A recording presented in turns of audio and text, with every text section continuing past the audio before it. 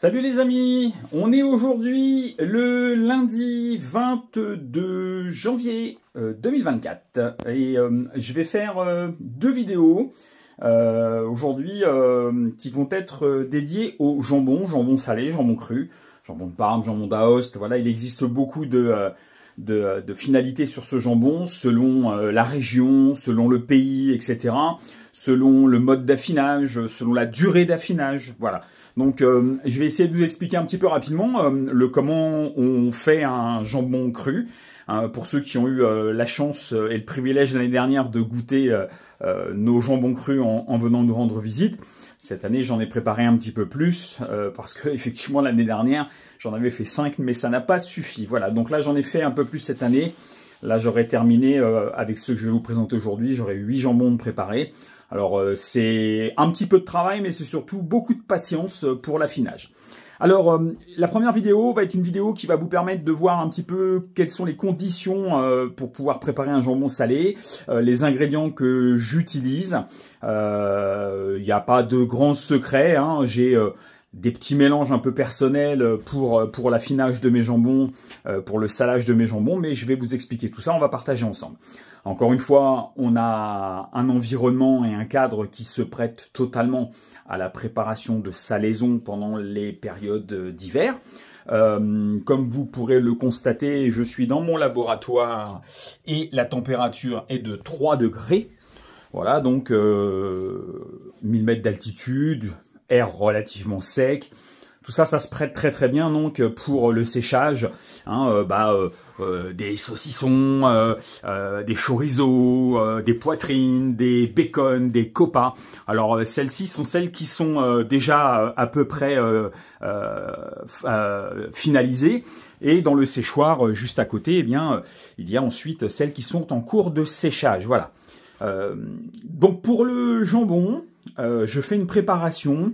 Je vais vous montrer, puisque je vais vous montrer les jambons dans le sel, je vais les dégager et vous montrer ensuite la préparation du jambon avant la mise en affinage.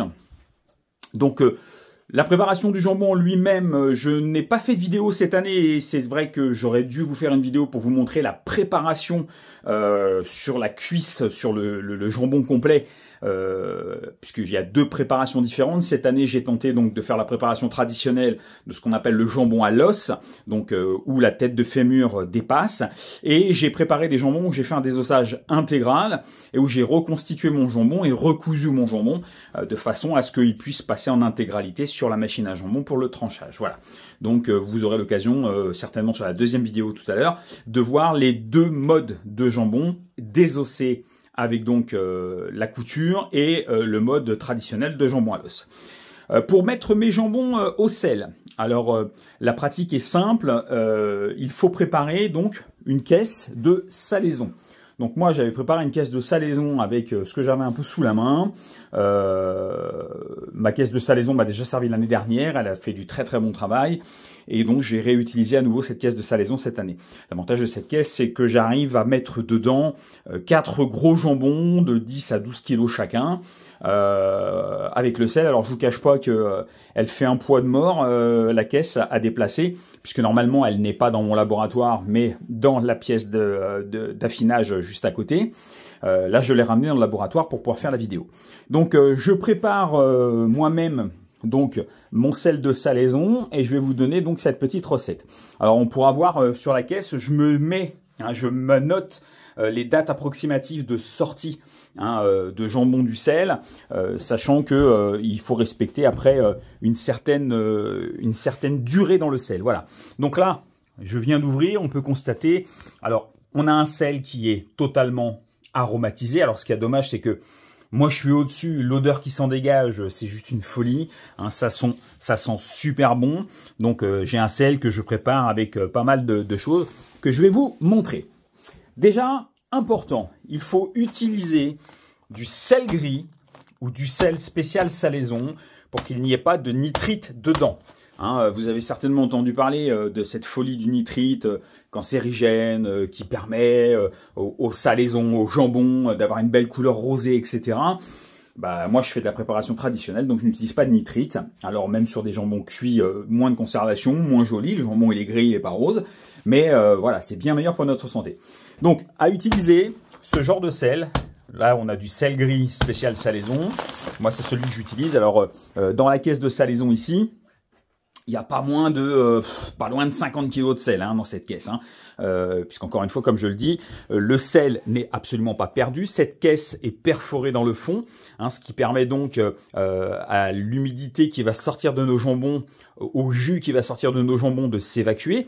C'est d'ailleurs pour ça que dans la pièce d'affinage ainsi que dans le laboratoire, vous retrouvez systématiquement de la sure de bois au sol, ce qui me permet d'absorber comme ça, si jamais ça coule, s'il y a du sang, etc. J'ai juste un coup de balai à mettre et un coup de serpillière, et là au moins il n'y a pas de problématique.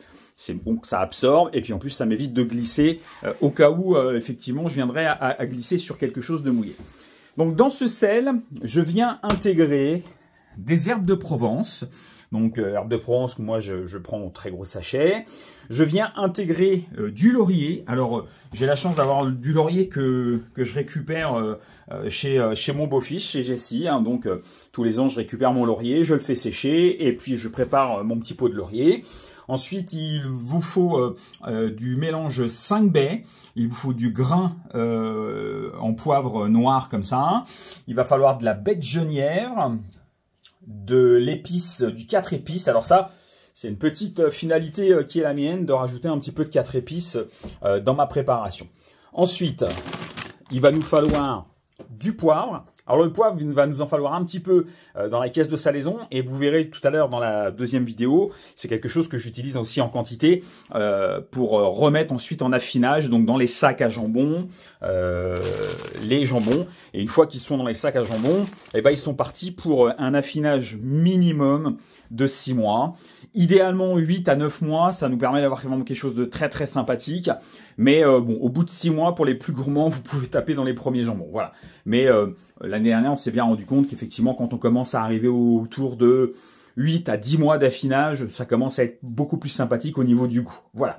Ensuite, une finalité qui est aussi la mienne, c'est d'ajouter un tout petit peu de sucre de canne. Alors, comme je vous montrerai dans d'autres vidéos, je l'utilise aussi quand je fais des saumures. Voilà, donc rajouter un petit peu de sucre de canne. Donc ce mélange dont ce mélange que je fais dans cette caisse d'affinage, donc dans cette caisse de salaison, et ensuite je vais vous montrer tout à l'heure la pratique pour le mettre en affinage. Il nous faudra aussi cognac ou armagnac ou eau-de-vie, peu importe. Un alcool fort est nécessaire pour finir la préparation des jambons et les mettre en affinage. Voilà, donc cette première vidéo, bien je vais m'arrêter là. Je vais en démarrer une seconde avec la sortie du jambon et vous montrer une préparation du jambon, mais cette fois-ci je vais installer la vidéo sur le trépied de façon à vous montrer un petit peu le processus sur le jambon avant de les mettre en affinage. Voilà. Bon, bah merci en tout cas de nous suivre sur notre chaîne Ici Tout Commence. J'avais promis à pas mal d'entre vous que je partagerai de plus en plus des vidéos sur les préparations de salaison, de viande, de choses comme ça, qui sont des choses que nous utilisons nous en termes d'autonomie.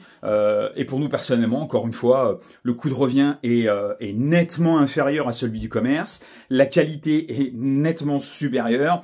Bon, après, la seule vraie problématique, effectivement, c'est de savoir le faire et d'avoir un lieu qui permette de le faire. Voilà. Mais pour beaucoup de choses que je vous montre souvent, la plupart d'entre vous, eh bien, c'est tout à fait possible à réaliser. Vous avez chez vous des lieux, des garages, des sous-sols, des greniers, etc. qui vous permettent aussi de faire ce genre de choses.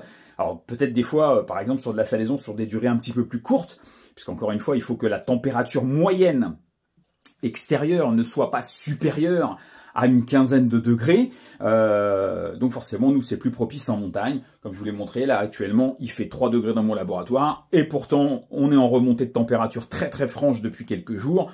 Il y a encore 24 heures, la température était quasi négative dans le laboratoire. Ce qui n'est pas gênant pour les salaisons, parce qu'on m'avait déjà posé la question, même si vous avez une température qui descend à -3, -4 degrés, quand vous faites de l'affinage de saucisson, de chorizo, enfin de tout ce qui est salaison, c'est pas très grave. Encore une fois, on parle de produits qui sont salés, donc qui vont geler beaucoup moins facilement. Voilà.